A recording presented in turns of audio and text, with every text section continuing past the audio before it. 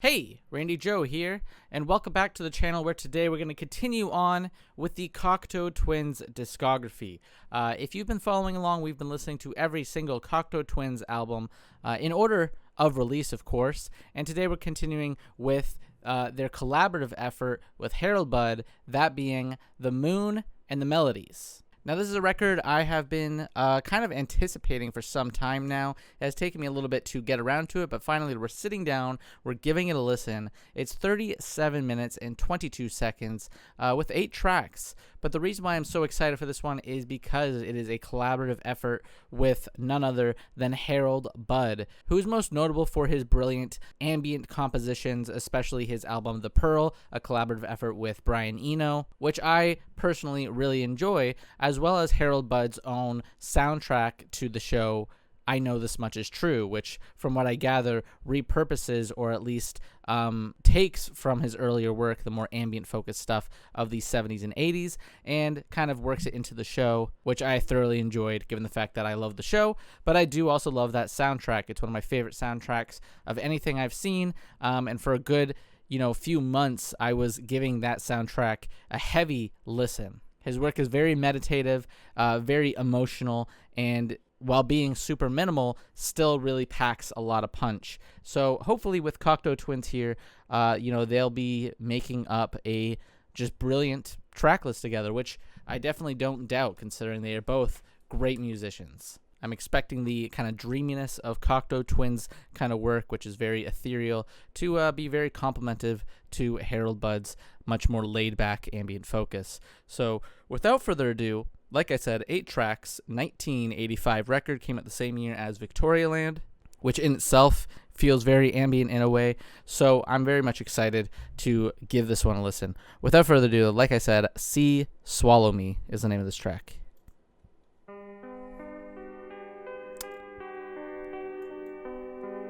That's Harold there, I could already tell.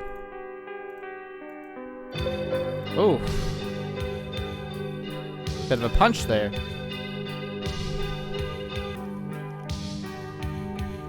I do wonder if we're going to get much of Elizabeth. There she is. Wasn't sure if she'd be much in play on this record.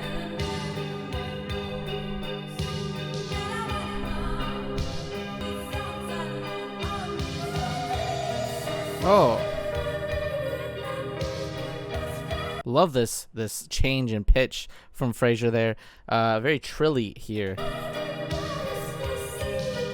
A little bit of I would say, Kate Bush sort of influence on her vocals.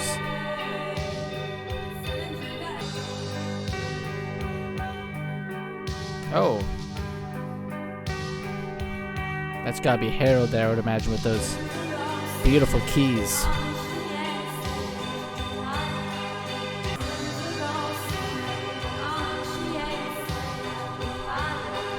Her multi-track vocals are always fantastic, but this track especially, the different tones and pitches she's hitting alongside herself just sound gorgeous. Really great harmonies. I guess not so much harmonies, but just a great concept of parallel there.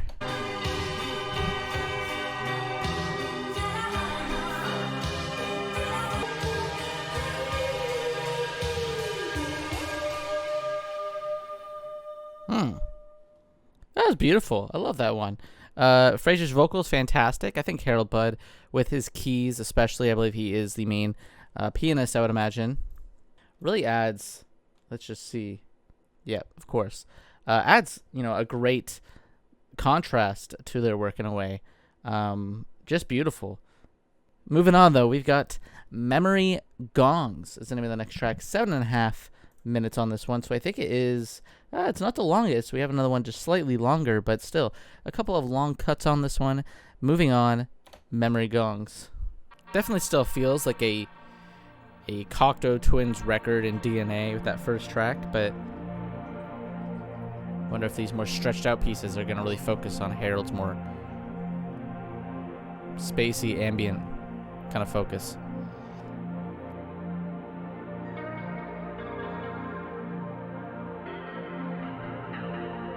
Which, by the way, rest in peace to Mr. Harold Budd. passed from COVID, from what I read. Very unfortunate.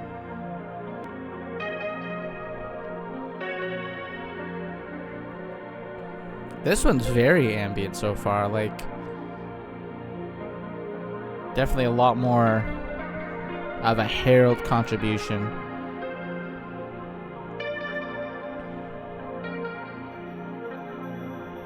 Oh. Love that simple chime. But still carries on like a little bit of this reverby dream pop element.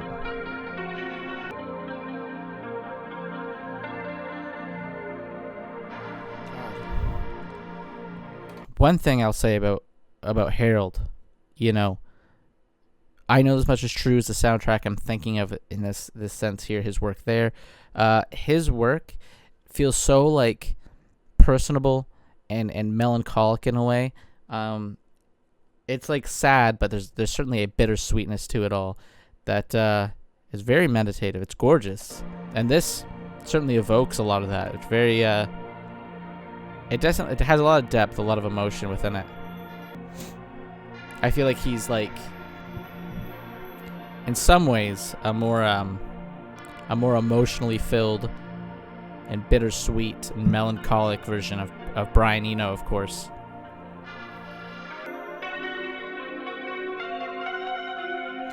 And a certain level of cinematicness too to Harold.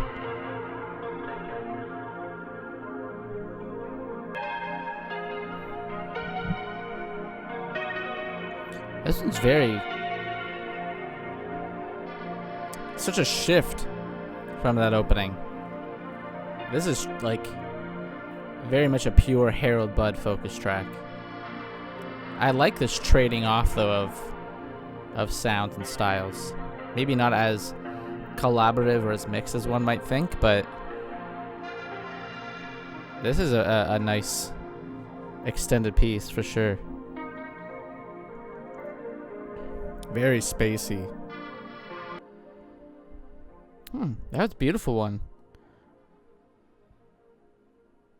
Just kind of what I expect from Harold, but I love that bittersweet nature. That's another one that I feel like will hit just right. Here's Why Do You Love Me? Let's keep it going. Cocteau Twins, maybe a little bit more in the background of that last one.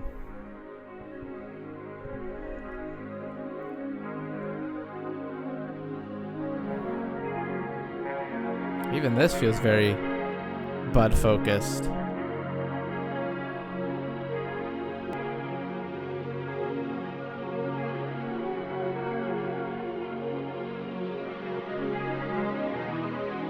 Love those. Is that a synth in the background there? Just wailing ever so gently.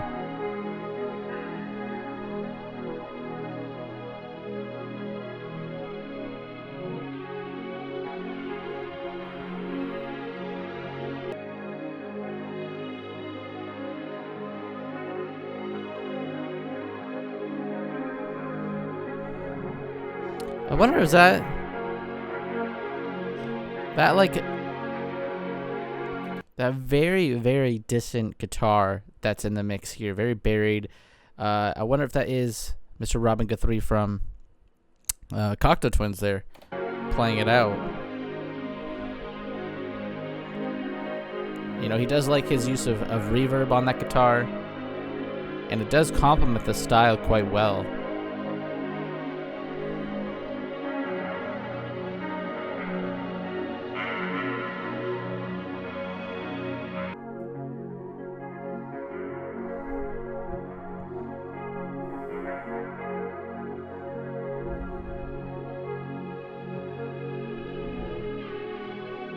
Oh yeah, that's gotta be Robin right there.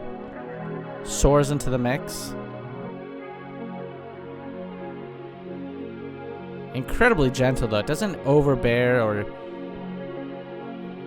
throw off the focus of Budd.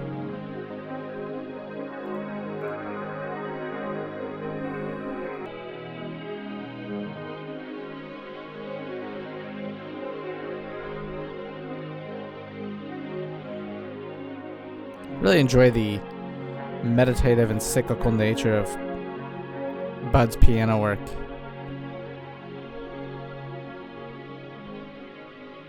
Like all good ambient music, it's got that very meditative repeating factor that draws you in.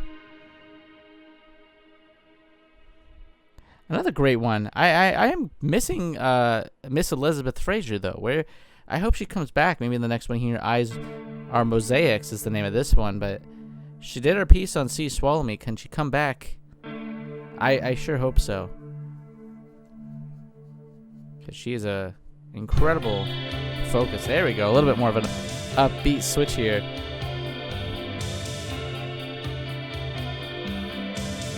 I do think, loving the album so far. I think it's fantastic what we've heard. But this shift between the more ambient focus of Mr. Bud and Cocteau Twins being a little bit more dream poppy, the switch between these two does feel like two separate sort of ideas put together. I don't think it's as, well structured as I was hoping in terms of maybe sequencing in the album. But we'll give it more time. Let's see where it goes from here. This one's coming in a little bit more on there. The drum machine is nice. There she is.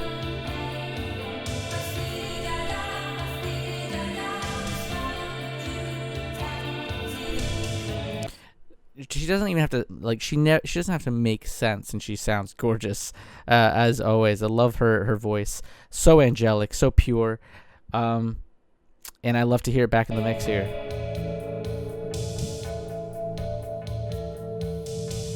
The drums feel a little bit more hard-hitting and gothic, like some of their earlier work.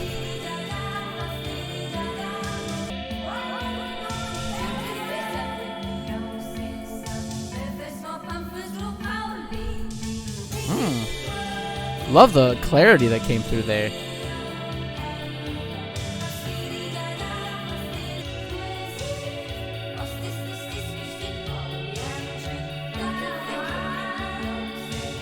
Oh, a little bit of a subversion there.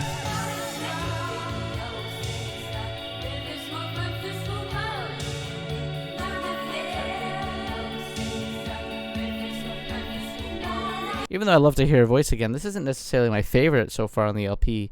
It does have a little bit more repetition in it that isn't connecting with me as much as I was hoping it would. But still,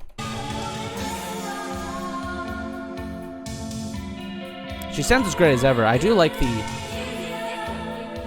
darker energy we're getting. It feels a little bit more gothic, like their early work.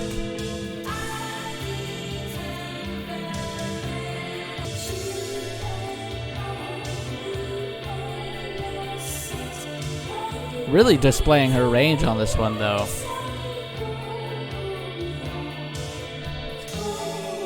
Singing in a much higher regimen here than she was previously.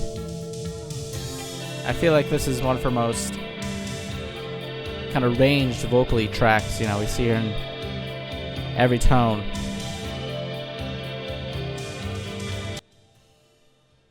That was another, like I said, I didn't love it necessarily. It didn't hit me as hard as those first three tracks, but still, love to hear Elizabeth back on the vocals. Here's She Will Destroy You.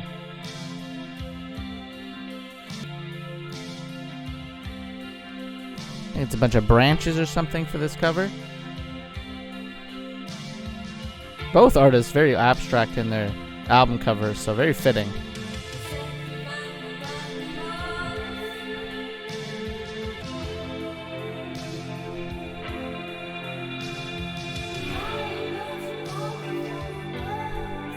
Oh.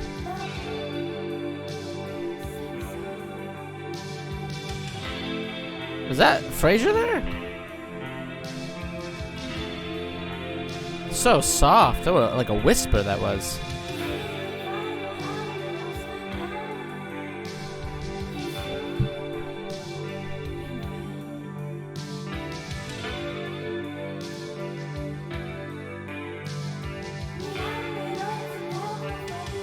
Yeah, I believe it is just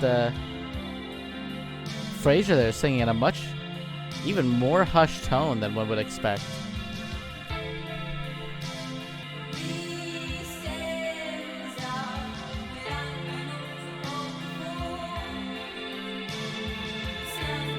Love that repetition on the left side here from her. So distant in the left side.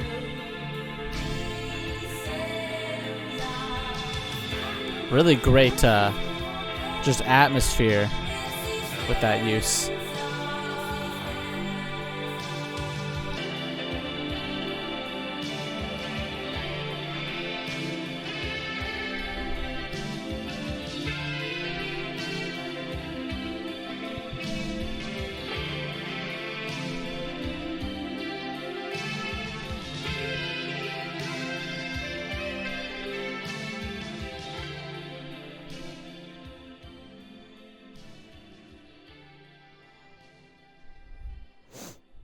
I did really like that one. Incredible atmosphere. I like that saxophone too that came into the end there.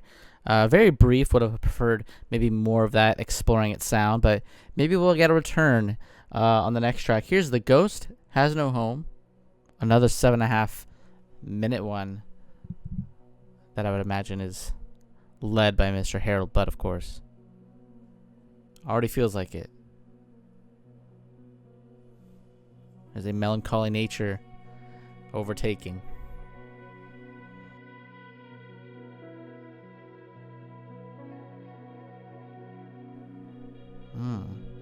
That's our sax player, I believe.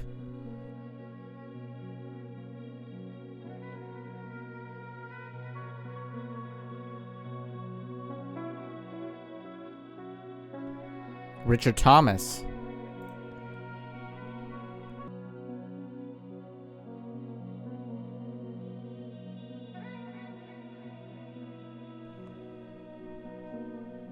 I love that subtle addition of Richard Thomas on the sax there. Not sure what he's known for. Apparently, My Big Fat Greek Wedding.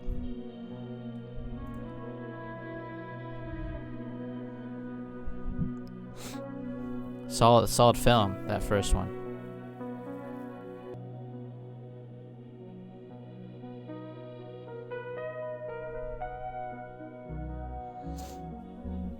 Oh.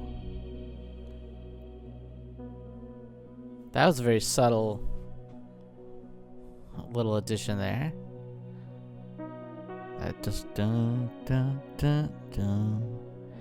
Which, like a lot of great ambient pieces, it's little moments like that that you really kind of cling on to, and on repeated listenings, you'll pinpoint where in the kind of abstract, kind of meandering, I guess you could say, where those moments come in.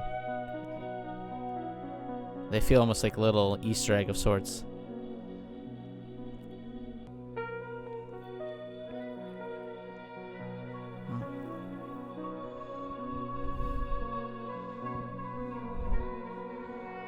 I love this track.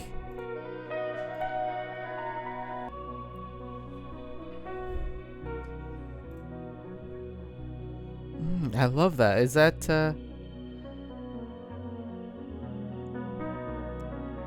that deeper tone? Maybe that's Robin with a bass guitar or something? Or no, that'd be... I think it's Simon Raymond.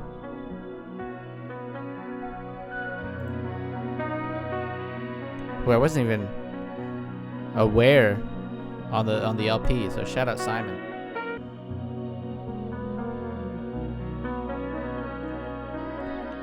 I like this one more so than Memory Gongs.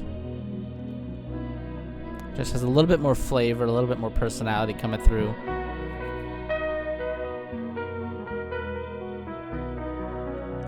I think that's Simon.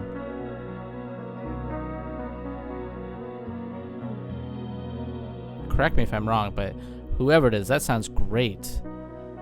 So subtle, but so much kind of impact.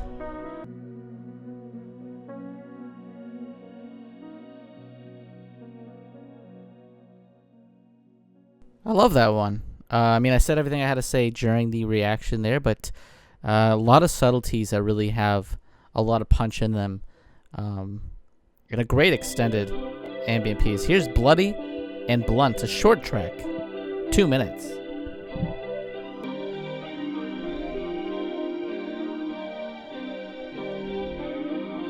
No Elizabeth on this one either, just another...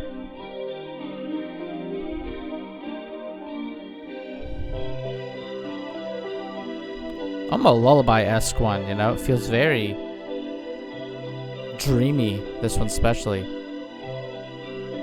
I guess those dream pop elements here are a lot more in the forefront with Harold.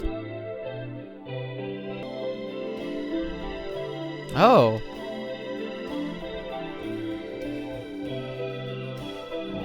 Whatever's sliding in here is a lot more clear. No reverb on it, it feels like. Sounds like a... Ooh. Ooh. And it's gone, just like that. Really loved that quick little bit of what sounded like percussion cutting into the mix. It was much clearer, had a nice contrast to the much more kind of lullaby-esque and dream pop focused instrumental. Just that was a great one. It's quick though. Feels like it ended before it really truly began, but I did like that quick percussive element at the end. Let's go into the final track, Ooze Out and Away, One How. Interesting titles on this one too, with ones like that, or Sea, Swallow Me. The Ghost has no... was it Home? That's a cool one.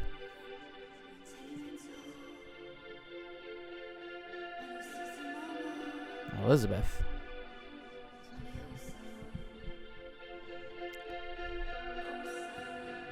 Bit of an unsettling whisper once again.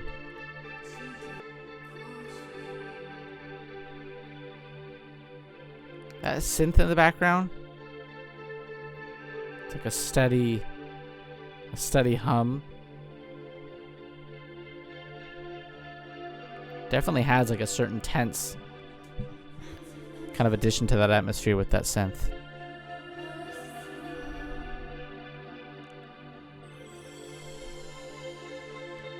God, I love just those little moments, which really seems to be the focus of this whole LP, is the subtlety of it all.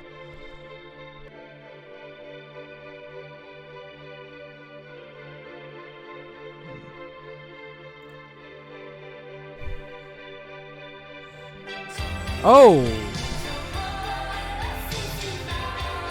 What a splash and a sound this is. What a euphoric twist.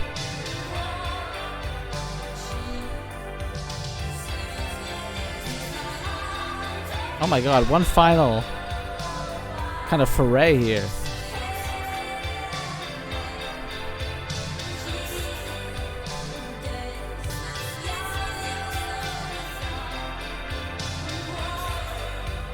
Love the reverb on Robin's guitar.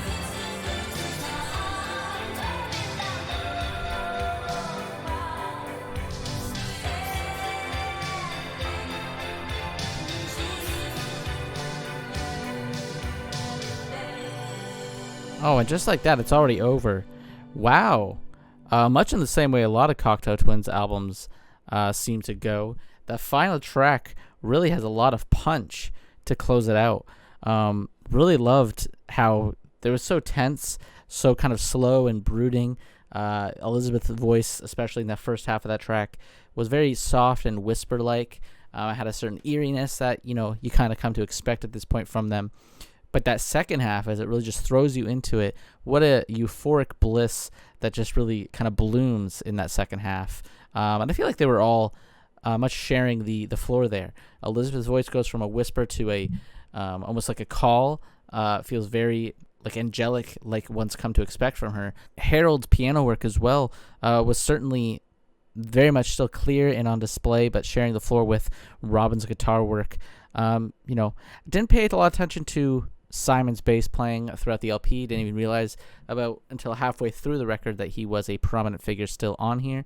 But still, I know he was kind of in and out of the band at this time. So, you know, I didn't expect his contributions, but for the most part, this does feel like kind of what I came to expect going into it was, you know, the much more minimal, melancholic nature of Harold being complemented by the dream pop elements, of course, of Cocteau Twins. Not a lot of people talk about this release. When I see the discussion of Cocteau Twins come up, you obviously see the mentions of Treasure and Heaven in Las Vegas, both incredible albums. But I feel like Victorialand as well as this one are both really fantastic releases that kind of focus on a certain element of subtlety.